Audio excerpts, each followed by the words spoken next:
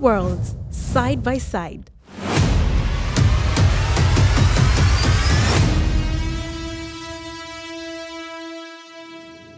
The Africa Motor Show and the first ever Africa EV Expo. Brought to you by GEX and MIE Groups. We talk to the leaders, the skeptics, and the innovators. I am Terry Mwikamba Gitonga, and this is The Shift. All right, and right now we are joined by the Deputy Country Head Spiro, Raymond Kitunga. Thank you so much for stopping by our podcast booth. Yes. It's very good to see you. Thank you. Yeah. Thanks for having me here. Amazing stuff that you're doing at Spiro. Thank you. I'm told that you have the largest EV two-wheeler in Africa. Yes. Please tell me the journey. How did it start? How did we end up here? So Spiro started its very humble beginnings in the west of Africa, in Benin and Togo, in 2022. And when we started off, we had already seen an opportunity for us to become the largest EV in Africa. So soon as we saw the successes in a short time, we moved into the east of Africa through Rwanda, and then found ourselves here in Kenya on the 1st of September, 2023. So currently in Kenya, we are the largest EV in terms of vehicles on the road. And in Africa, we are also the largest EV in Africa with the vehicles on road, because that's the measure of success. One. Two is during this 2, 3, 4 years timeline, we've been able to set up in 7 countries and 4 manufacturing facilities. World class, by the way. One being housed here in Kenya, 1 in Nigeria, and 2 other complementary in Uganda and in Rwanda. So that goes to show not only in terms of bikes on road, but also in terms of the investment that as Spiro we've done in terms of local manufacturing, because we manufacture them locally. So it's been about 4 years. Yes. The scaling that you have done is tremendous. Surely you must know something that other people are struggling to find. What is that thing? Because I've talked to other people and they're having such, real problems scaling. I think it's in our DNA first, in terms of us understanding we are a Pan-African brand. And it's in our DNA to really understand what the African market wants. People wanted an affordable product. Yes. And affordability can only be driven if you manufacture the product locally. So in a very short time, we were able to fully understand this. Number one, hey, let's manufacture our bikes locally. And that's why I told you we did these 4 plants. And in major markets, Kenya, Nigeria, Rwanda, Uganda. Number 2 is the sheer expansion that we have done in terms of our swap stations, because we are using the swapping model.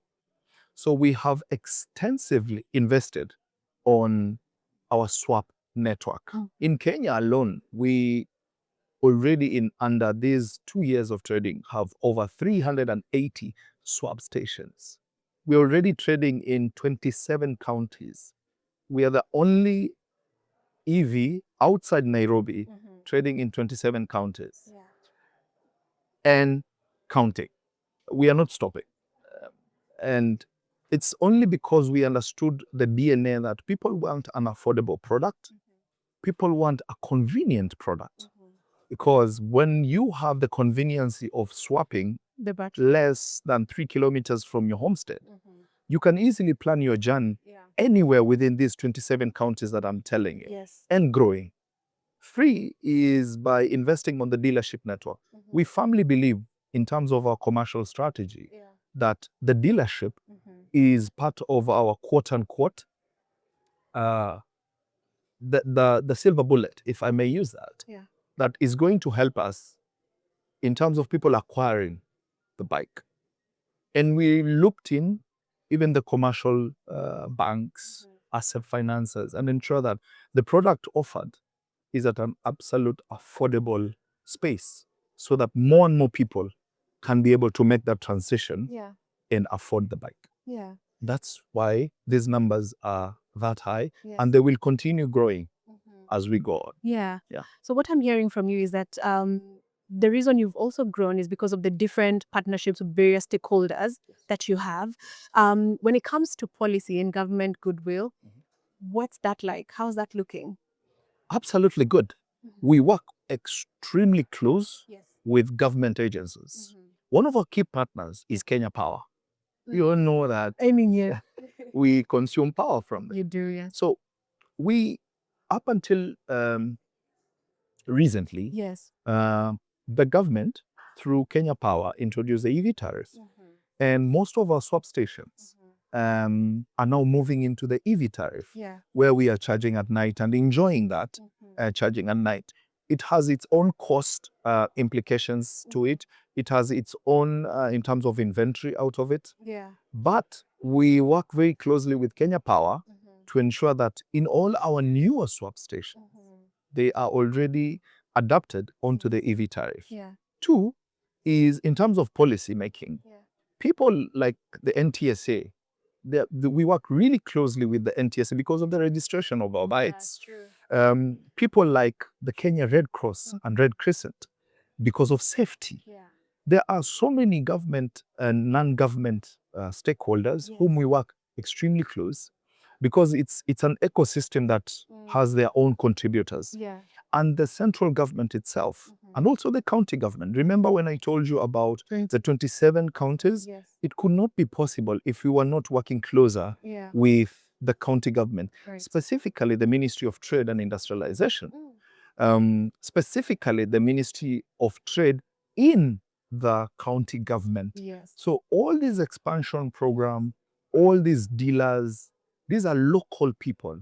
They are the daughters of the soil, the son of the soil of these particular counties. But we couldn't have taken the business to them were it not for us to work much more closer, both in the central government, policy making, and the county government in terms of bringing business closer to them.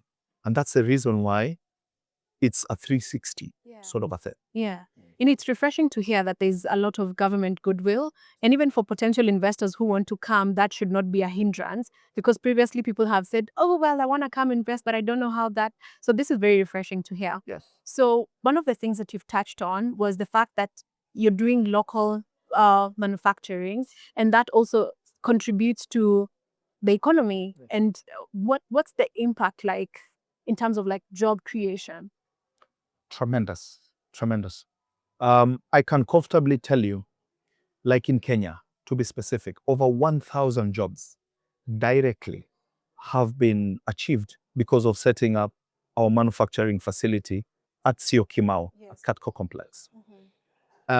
So true to it that we have also worked very closely with NITA, because this is a very key institution from the government to help us with the skill set that is there. But we did not stop there, because we have a graduate trainee program where now we want to continue manufacturing the skill set that we need.